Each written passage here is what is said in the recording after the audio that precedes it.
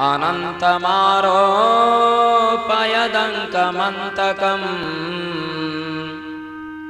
यथोरगं सुत्तमबुद्धिराज्जुभिः।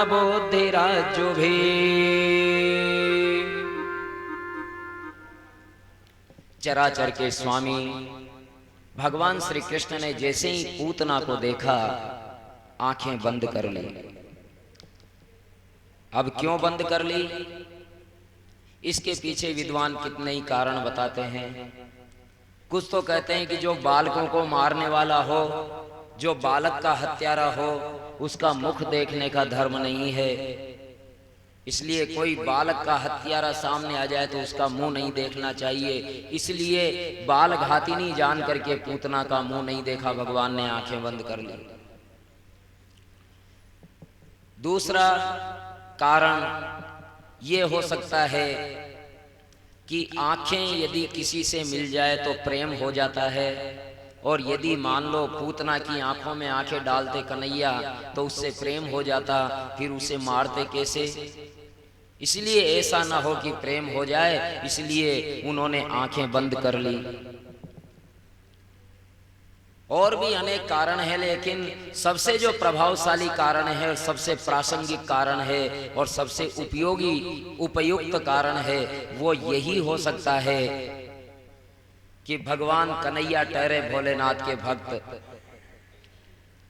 उन्होंने सोचा कि ये दुष्टा अपने स्तनों से विष लगा करके आई है, मुझे विष चटाएगी, तो जैसे विष चाटने से पहले वो आंखें बंद करके नीलकंठ भगवान का ध्यान कर रहे हैं, भोलेनाथ का ध्यान कर रहे हैं कि भोलेनाथ आपको विष पीने का पुराना अनुभव है, इसलिए ये मुझे जहर पिलाने आई है, इसलिए जहर को आप संभाल लेना, बाकी सब मैं संभाल लूंगा।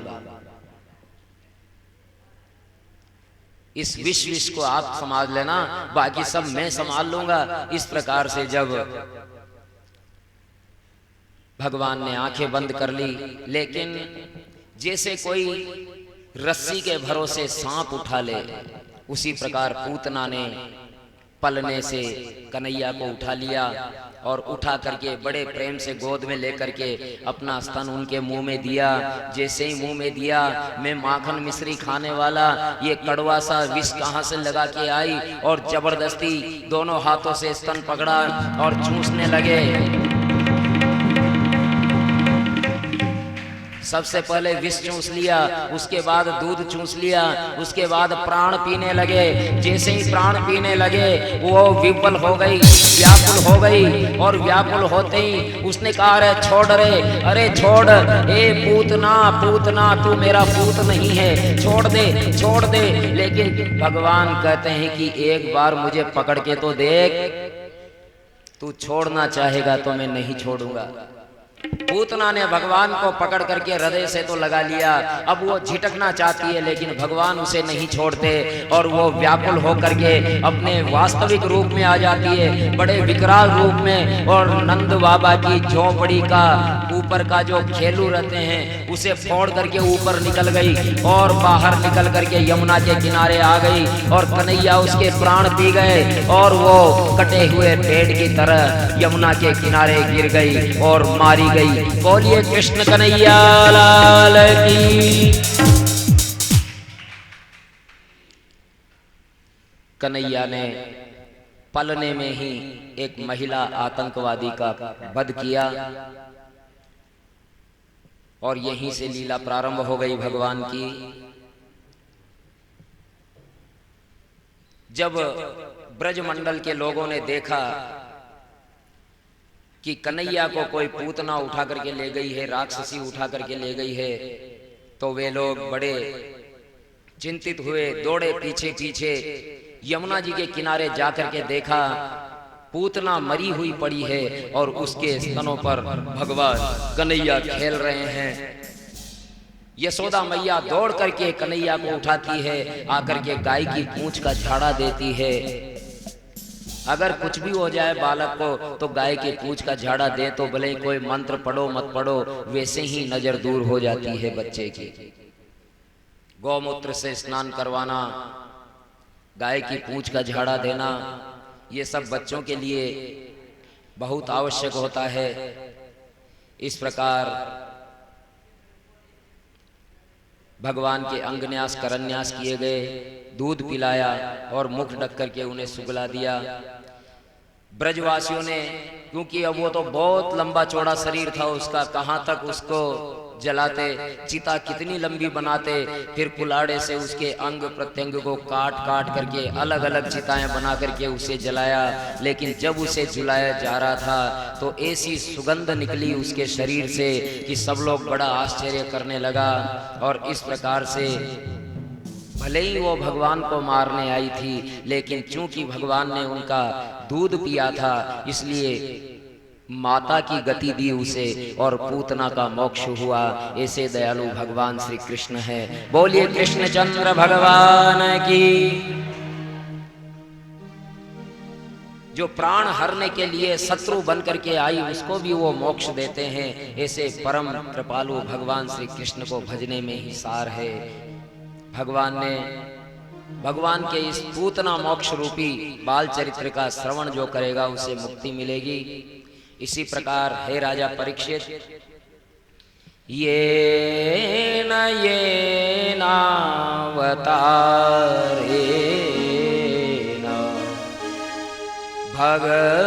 भगवान हरिरीश्वर करोति कर्णरम्याणि मनोज्ञानानि जना प्रभो। राजा परीक्षित कहते हैं, हे प्रभु, भगवान श्री कृष्ण की लीलाएं ऐसी है कि उन्हें सुनते रहो, कभी मन भरता ही नहीं। इसलिए प्रभु आप भगवान की लीलाओं का गान कीजिए। हे प्रभु, मत्स्यादि अवतार धारण करके जो लीलाएं करते हैं उनको सुनने से व्यक्तियों का मोक्ष होता है, प्राणियों का मोक्ष होता है। हे प्रभु, भगवान की लीला कथाओं से मेरा मन अघा नहीं रहा है, आप कृपा करें। एक दिन परीक्षित जी को सुखदेव जी महाराज बताने लगे कि जब भगवान करवटें बदलने लगे थे तब नंद बाबा ने एक बड़ा उत्सव मनाया था। जन्म नक्षत्र का भी उस दिन योग था। यशोदा ने अभिषेक आदि मंगल कृत्य किए थे। इसी बीच में कृष्ण की आंखें कुछ झपकती सी देख करके यशोदा ने उन्हें एक गाड़ी के नीचे, ये कृषक महिलाएं करती है ना, गाड़ी के नीचे वो साड़ी की झोली बांध देती है, झोली पे बच्चे को लिटा देती है, उसी प्रकार से लेटा दिया और वो अपने अतिथियों का सेवा सत्कार करने लगी। इधर कृष्ण जाग गए और दूध के लिए रोने लगे।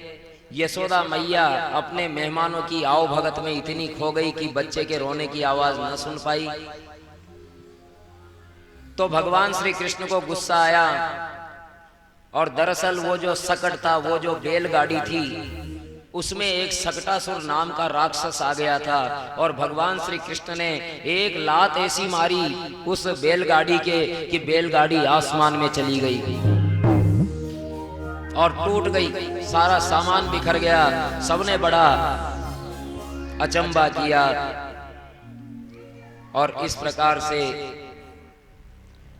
सारे बच्चों ने कहा कि अरे मैया, हमने देखा है तेरे लाला ने लात की मारी थी बैलगाड़ी के, किसी ने माना नहीं और किसी ग्रह का ही ये उत्पात समझा, फिर शांति कराई। एक दिन यशोदा मैया गोद में लेकर के कृष्ण को दूध पिला रही थी। इतने में एक बवंडर आया, चक्रवात, गोल गोल घूमता है वो, हमारी शुद्ध भाषा में उसे बबूलिया कहते हैं। और ये बड़े बड़े भी होते हैं, ऐसे बड़े बड़े कि कारें मोटरें तक इसमें उड़ जाया करती है। एक ऐसा मजबूत चक्रवात आया, माता को उसमें वजन लगा कन्हैया में, तो कन्हैया को छोड़ करके वो अपने काम में लग गई और पीछे से वो चक्रवात आया और चक्रवात कन्हैया को उड़ा करके ऊपर ले गया।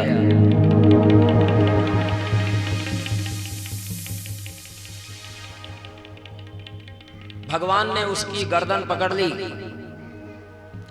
और वो झिटकना चाहता था वो राक्षस, लेकिन भगवान ने उसका गला दबा दिया और मर करके वो चट्टान में पड़ा, चकनाचूर हो गया। और गोपियों ने कृष्ण को उस राक्षस के हृदय पर खेलते देखा, फिर शांति पाठ कराई। एक दिन यशोदा माता कृष्ण भगवान को मुख को चूम रही थी, चूमते ही कन्हैया को हंसी आ गई।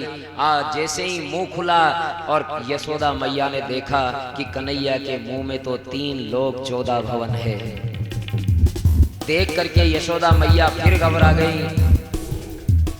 उन्होंने कहा, परम पिता परमेश्वर मेरे पुत्र के रूप में आए हैं और मैं उन्हें पुत्र के रूप में समझती हूँ। इस प्रकार से जब बात आई यशोदा मैया के मन में, कृष्ण भगवान ने फिर से अपनी माया को प्रेरित किया और फिर से उन्हें पुत्र ही समझा। इस प्रकार से गर्ग जो वसुदेव जी के कुल पुरोहित थे वे वहां आए। नंद बाबा ने कहा कि आप कृष्ण और बलराम का नामकरण संस्कार करें।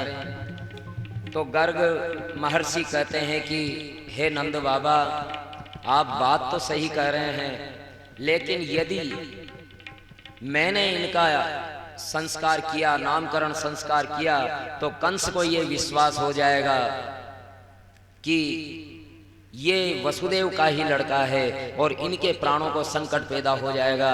इसलिए मैं एक शर्त पर इनका नामकरण संस्कार कर सकता हूं कि ये बात गुप्त रहे।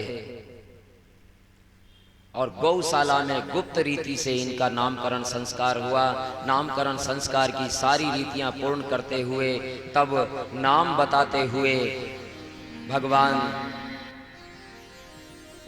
गर्ग ऋषि कहते हैं, अयम ही रोहिणी पुत्रो रामायण सुहृदो गुणे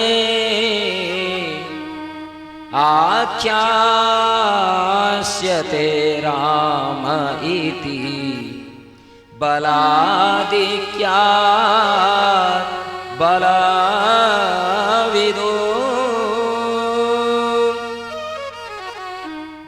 गर्ग जी ने कहा कि रोहिणी का ये पुत्र गुणों में, अपने गुणों से अपने लोगों को पवित्र करेगा, प्रसन्न करेगा। इसका नाम राम होगा, लेकिन इसमें बल बहुत अधिक होगा, इसलिए लोग इसे बलराम कहेंगे। बोलिए बलराम भगवान की। इनके बल की अधिकता देख करके और ये यदुवंशियों में फूट मिटा करके एकता लाएगा, इसलिए इसे संकर्षण भी कहेंगे। और ये जो तुम्हारा लड़का है दूसरा नीलमणि, इसके तो कहने ही क्या। बहुनी संति नामानि रूपाणि च सुतस्यते गुण कर्मानुरूपाणि नान्यहं वेदनो जना।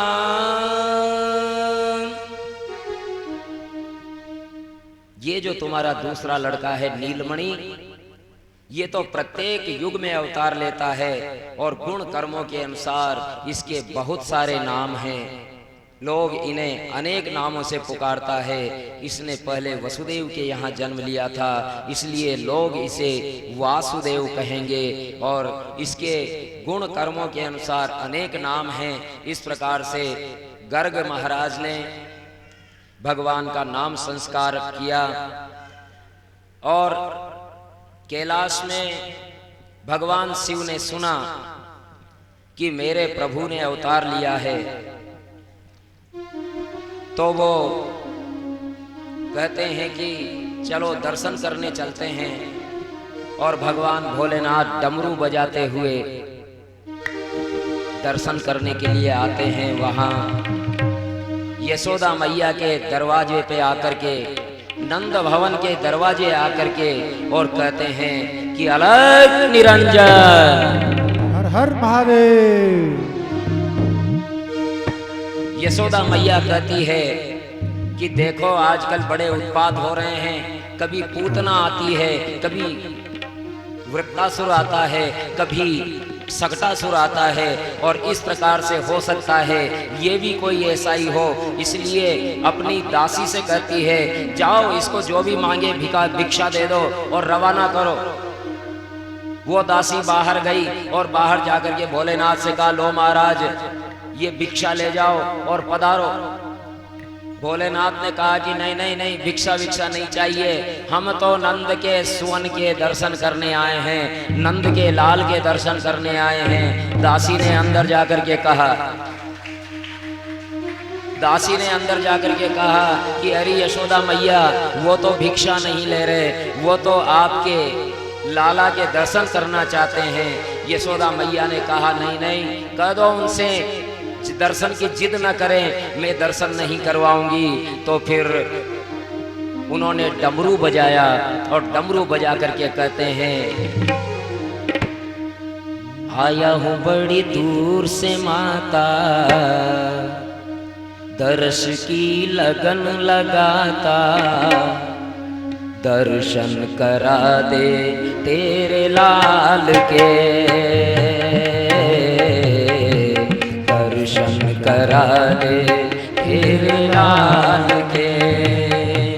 आया बड़ी दूर से मैया, दर्श की लगन लगी है, दर्शन करा दे तेरे लाल के। दर्शन करा दे तेरे लाल के, दर्शन करा दे,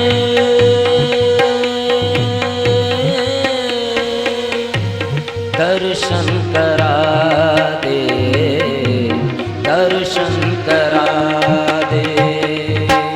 आया हूँ बड़ी दूर से माता, अच्छा रस की लगन लगाता, ओहो दर्शन करा दे तेरे लाल के,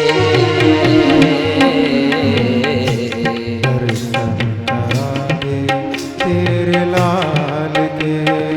माता बाहर आकर के कहती है कि सुना नहीं क्या,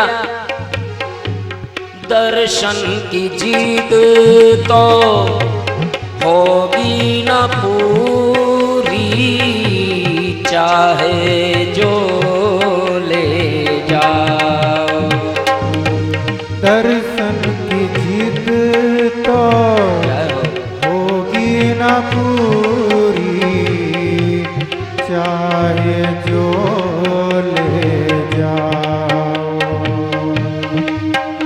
ओ सोना चांदी हीरे मोती झोली भर ले जाओ बाबा, झोली भर ले जाओ, झोली भर ले जाओ बाबा, झोली भर ले जाओ।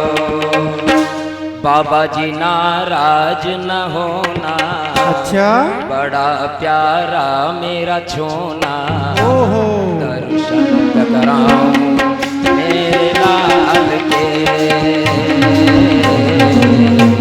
दर्शन कराऊं मेरे लाल के। आया हूँ बड़ी दूर से माता, बड़स की लगन लगाता, दर्शन करा दे तेरे लाल से। जय हो, बोलिए नंद बाबा के लाल की।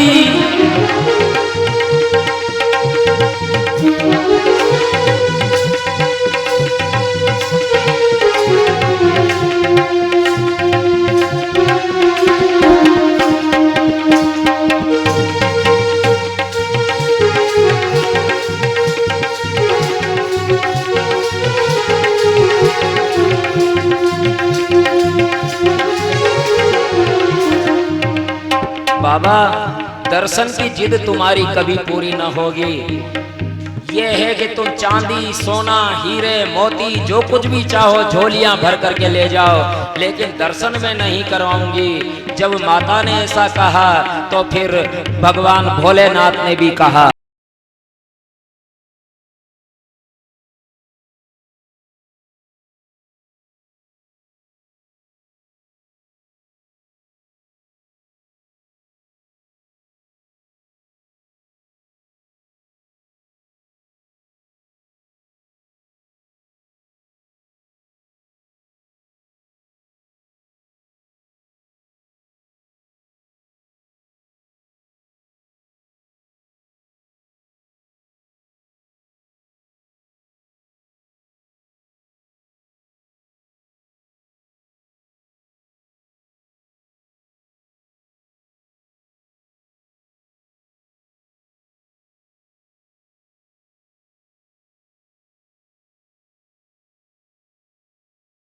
नाता माता जन्म जन्म का नाता, माता जी अवसर ना खोना, अच्छा कृष्ण मुख दिखला दो ना, ओहो दर्शन करूंगा तेरे लाल के, दर्शन करूंगा तेरे लाल के। आया हूँ बड़ी दूर से माता, तरस की लगन लगाता, दर्शन करा दे तेरे लाल के। जय हो तेरे लाल बोलिए नंद के लाल की।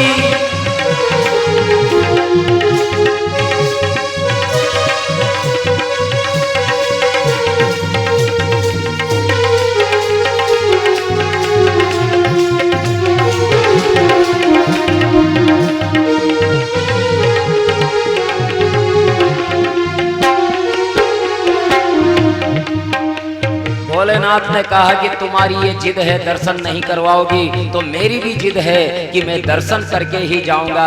हे माता, हमारा जन्म जन्म का नाता है, इसलिए जिद मत पकड़ो। तो फिर जब यशोदा माता नहीं मानी तो फिर भोलेनाथ ने ऐसी बीन बजाई।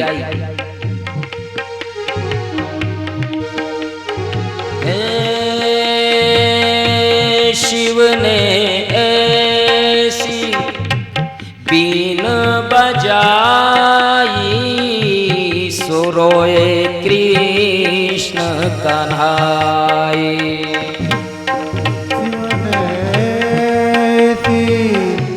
बीन बजाई, सुन ले कृष्ण कन्हाई। रोदन सुन गोकुल घबराया, रोई यशोदा माई माता, रोई यशोदा माई, रोई यशोदा माई माता, रोई यशोदा माई। कान है ऐसा रोया, यशोदा का चैन है खोया, कैसे बचाऊं मेरे लाल को, कैसे बचाऊं मेरे लाल को। आया हूँ बड़ी दूर से माता, अच्छा तरस की लगन लगाता, ओहो दर्शन करा दे तेरे लाल के।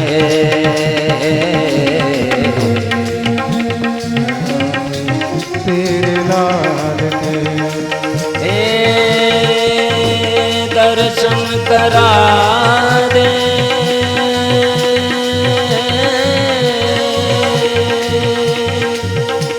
दर्शन करा दे, दर्शन करा दे, दर्शन करा दे, दर्शन करा दे। जय हो।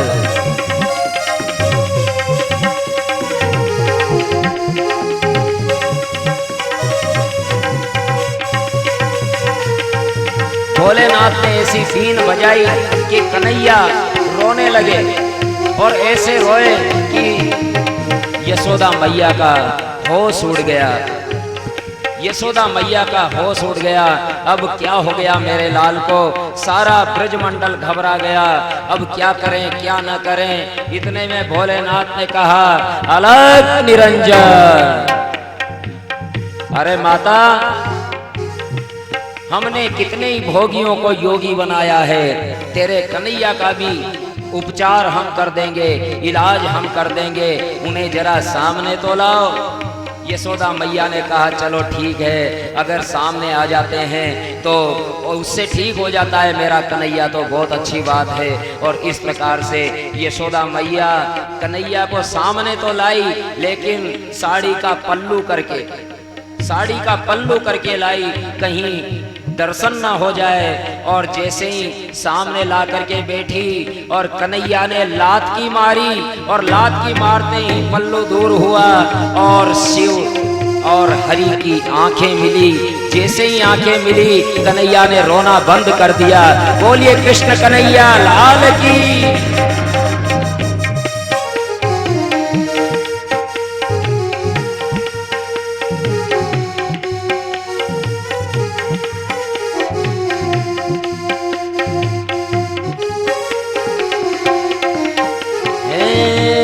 नजरें मिली है, शिव और नारायण की नजरें मिली है। नजरें मिली है, कलियां खिली है, राजी हरि हर होए। नजरें मिली है, नजरें मिली है, कलियां खिली है, राजी हरि हर होए। रोते मन मोहन मुस्काते, मस्त हुए शिव भोले बाबा, मस्त हुए शिव भोले, मस्त हुए शिव भोले बाबा, मस्त हुए शिव भोले। मिले ईश्वर परमेश्वर, शिव हरि इष्ट परस्पर। मोदी में कृष्णा महाकाल के, मोदी में कृष्णा महाकाल के। आया हूँ बड़ी दूर से माता, दरस की लगन लगाता, दर्शन करा दे तेरे लाल के, दर्शन करा दे तेरे लाल के, दर्शन करा दे, दर्शन करा दे, दर्शन करा दे, दर्शन करा दे, दर्शन करा दे। बोलिए नंद बाबा के लाल की जय हो। काशी विश्वनाथ